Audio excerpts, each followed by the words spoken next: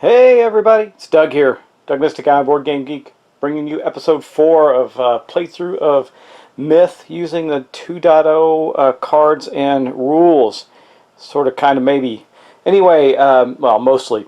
So anyway, we're going to get started right away. I did want to talk about one correction, and that was the when in the last turn, you can see our soldier here. I'm going to get right to this correction right now. Okay. So when we played Riding the Edge, card looks like this. Boom. Okay. Yep. You're supposed to dash through. It says all targets square orthogonal line. So I think technically I probably should have moved through here, not along the side of them. Which I just want to let you know that was, I believe that to be incorrect, and someone actually offered that to me, and I believe that to be true. So, just wanted to let you know I did that. I'm not going to go back and correct it because of how far along we are, but I did want to let you know. I probably should have taken these guys out here instead. It is what it is. We're going to move on, and we're going to get started. So, it is a new turn, and I think that we, as typical, are going to start with the Apprentice because we need to start dealing with this thing here before it gets out of control. Here's the board for our Apprentice, and I believe the card that we're going to play this turn is Blood of Gaia. As you can see, if she doesn't move, she's going to get a plus bonus D10, so we're not going to move. And it is a damage one with a range of 3. So you can see that the attack formation is right here, so you see you skip a space and you do like a little T here. This is attack one target within a range of 3. This attack also affects the 3 squares behind it. So we're going to drop that into our slot right here, and then we'll go to the board. I'm going to show you how that attack's going to play out. Okay, so she is going to attack this guy right here, which is over 1 and up. She's going to attack him from this space here and get 1, 2, 3. So it's going to get all 4 of those right there, and she will be able to do hopefully a lot of damage. Let's start getting our dice pool together. So our dice pool is going to consist of 1d10 because we didn't move, 1d10 and 1 fate die because we're an apprentice. We're going to get a d10 for her enchanted twig, and then we're going to get a fate die for her ring of kings. So it looks like we're going to have 3 d10 and 2 fate dice to roll. Okay, let's roll, see what we get. Now remember, we only have to hit once. The target numbers are different between, so as long as we hit the highest target number, we're okay.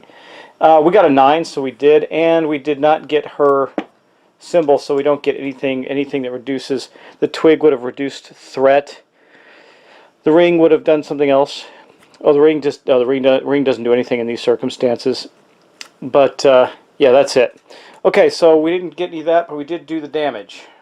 Well, that means that this one here, this one here, this one here are gone. Boom, that's 3, and we did 1 point of damage to the lair. So let's first adjust her threat. That's 4 points worth, so that's not great. You can see we're going to go 1, 2, 3, 4. We got to get that down. She can't fill that last slot. She needs her threat to reduce. Otherwise, she's going to be the target of some attacks. That also is going to increase our darkness track by 2. Okay, so we're going to go 1, 2, and up to 4. And this will be the lair. So we're going to do 1 point of damage to the lair. That is going to end her first action, and we're about to trigger a darkness cycle, but that's okay because we're killing everything anyway. Let's see. I think we'll go next to the soldier. Now you can see the soldier. She's up here facing these 2 crawlers.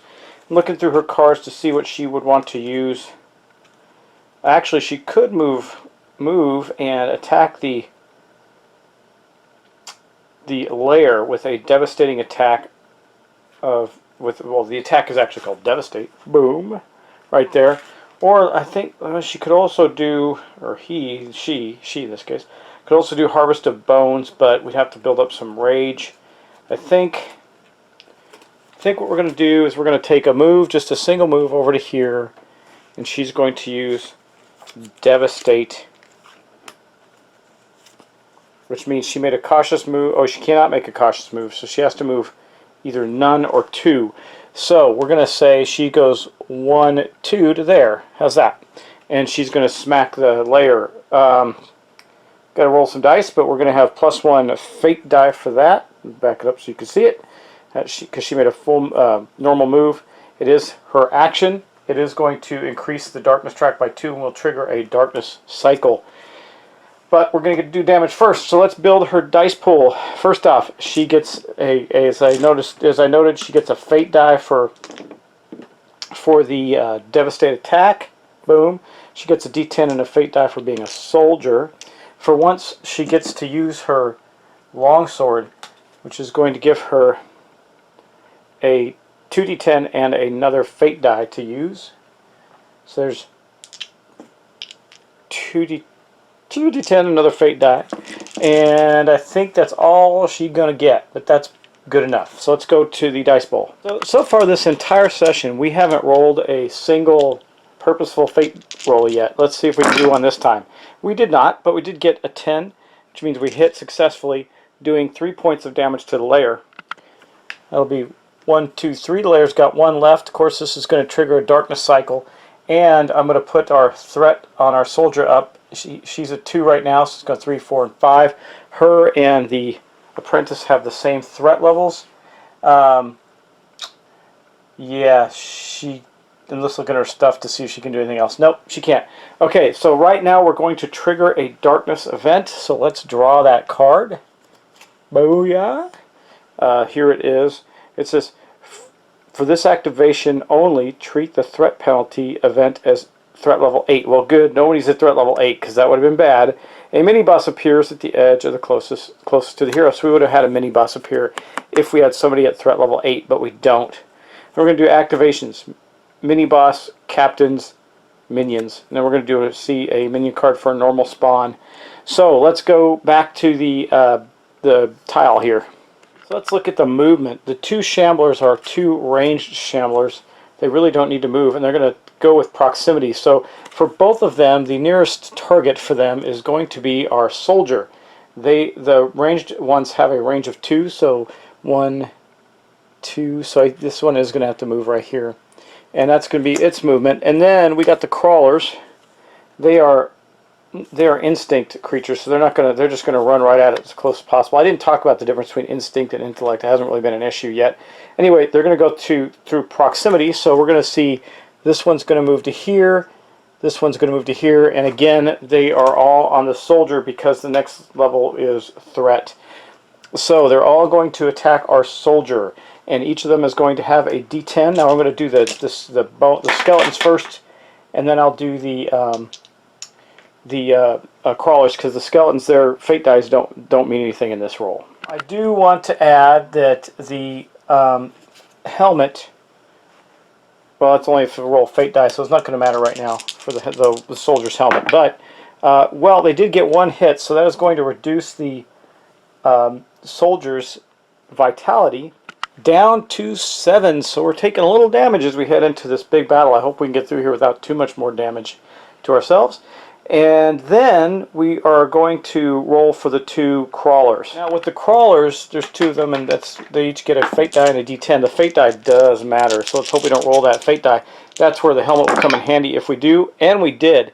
So this would be the symbol, I believe. Nope, I'm sorry. It's that symbol, not that symbol. My bad. So actually, they didn't trigger anything. I'll show you what I'm talking about on the card here. See right here, it says for either melee or range, doesn't really matter, but there's poison effect if we roll that.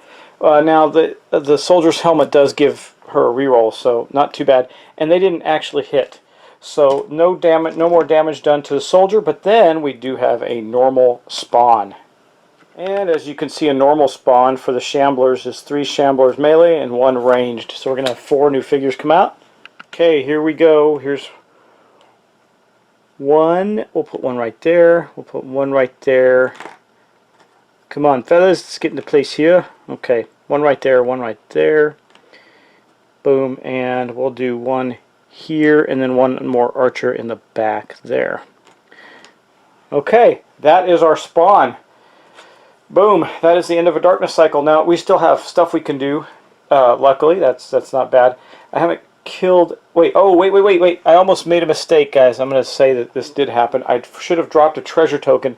I'll say it's right here because I did kill more than 3 creatures in damage, and I should have dropped a token there, so I just did. There's now a treasure token on the board for when she used her Blood of Gaia and killed 4 creatures. Okay.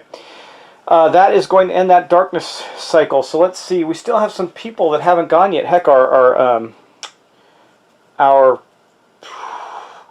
Acolyte has done virtually nothing this whole game. So I think it's time for the Acolyte to do something. Don't you? I think so.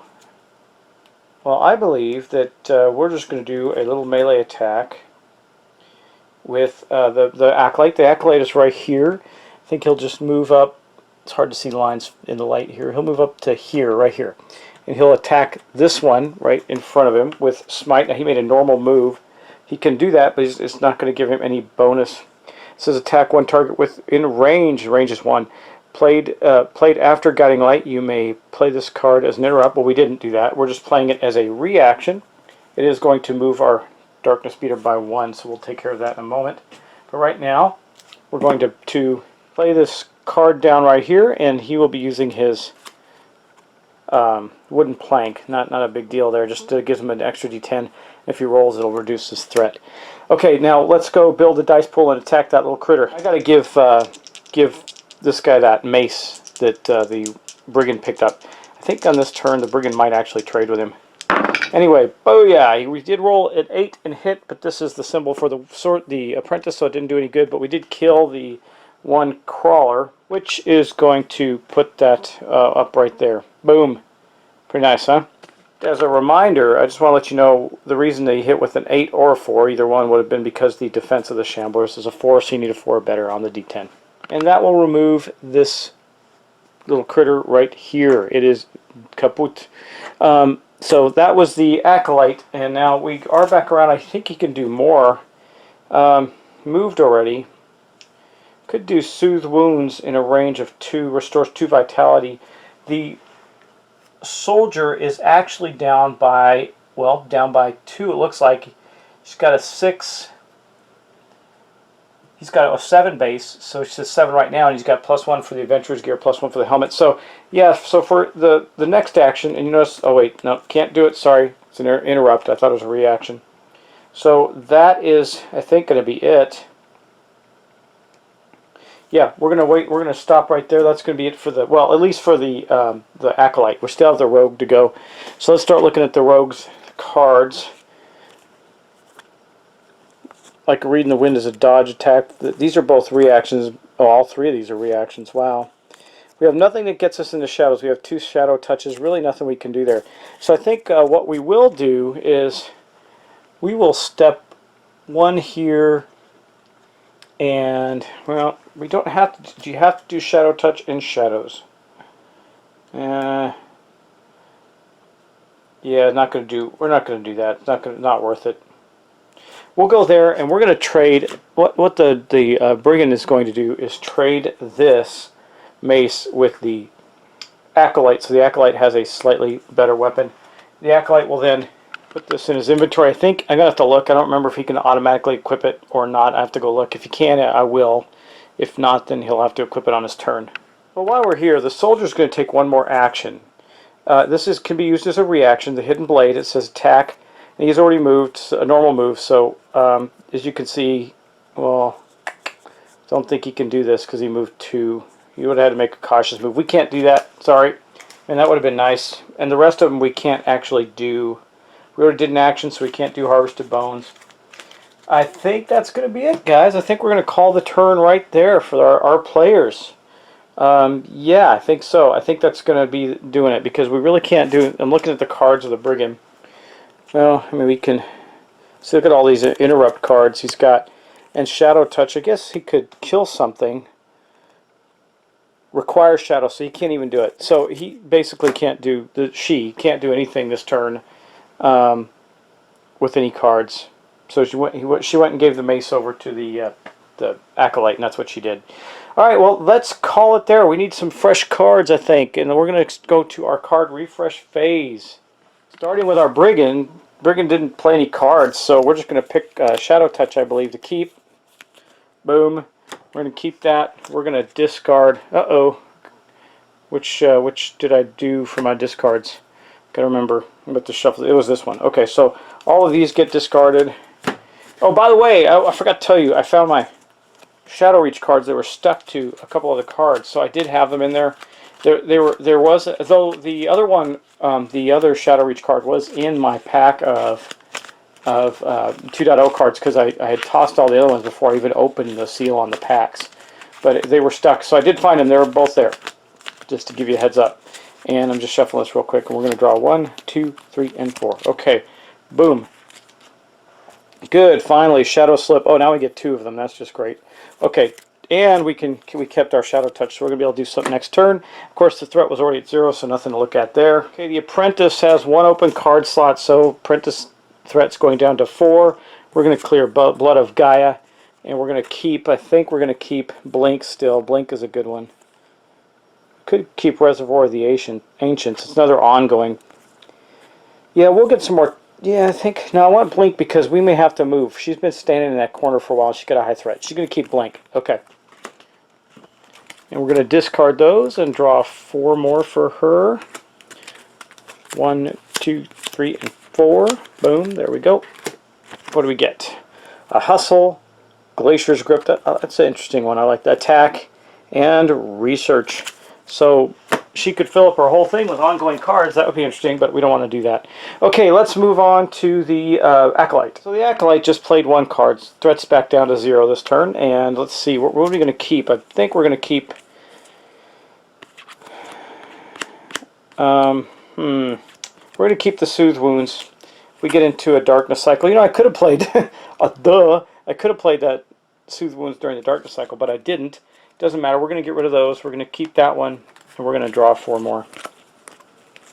Okay, boom.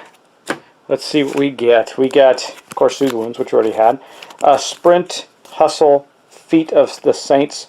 We're going to be making some movement in intercession, so our Acolyte's going to be able to get off, to the other end of the board, maybe claim that treasure that's there. We actually have 2 treasures on the board. I'll talk about that in our wrap-up. Okay, the Soldier, we're going to discard Devastate, move the threat down 2, 3. We have 1, 2, 3, and we're going to draw 4 more cards. We're almost out of cards for the. Let's see what we're going to get rid of first. We're going to keep Harvest of Bones. Can't not keep Harvest of Bones. There's our 4 cards. We're going to have to reshuffle his deck pretty soon, or her deck rather. We got the other Harvest of Bones. Drawing the Ire, Sprint, and Impenetrable. Okay. And that is it for our card refresh phase. Now, let's go to, oh, you know, the wrap-up phase, cleanup phase. First thing we have to do is check to see how many active creatures we still have. We still have 1 crawler and the rest of the skeleton, so our AP track's going to go up to 3. That's not cool, but that's the way it goes. And then we're going to check for some other things. Let me just refresh my brain. I just like to make sure I'm following the steps in the order that we need to. And that will be... On the refresh phase, that will be a Darkness Meter. We did that. Darkness Cycle did not activate. No allies, no quest results, status results, traps, and cleanup. Okay, we are done. That is it. So we have a mess of monsters going on, but that layer is almost destroyed. Then we can clean it up, get rid of those critters, and move on to the big battle coming soon, and also get those treasures that are on the board. We got to collect those before we clear the board completely. Anyway, guys, thanks for watching. Thanks for subscribing. Thanks for the input. I always like getting input with Myth because no matter how you play this game, and I love this game, but no matter how you play it, there's a level of interpretation. It's just the way the game's designed. It's designed to be a little more fluid and open-ended, which is cool. It makes it for a very different experience. But you have to be prepared for that. And a lot of the people I know that like Euro games with good turn structures do not like this game. Which is fair because it doesn't have a very fixed structure, and that's the way it's designed to be. Which, you know, for a lot of people is more than fine, but for some it's just a little too jarring as far as not having clear set of defined turns. like I said, I like it. I like the fact you can bounce around, even when you're playing with other people. I mean, it might seem easier to do with when you're solo, but you can negotiate and talk about it with your other players. I'm going to do this, then you do that, then I'm going to do this after that. It's really cool that way. And then when the darkness cycle triggers, you know, you get a lot of flurry of activity from the critters, and sometimes you do well, sometimes you don't. Like, we're taking a little damage, but not much. We're doing pretty well.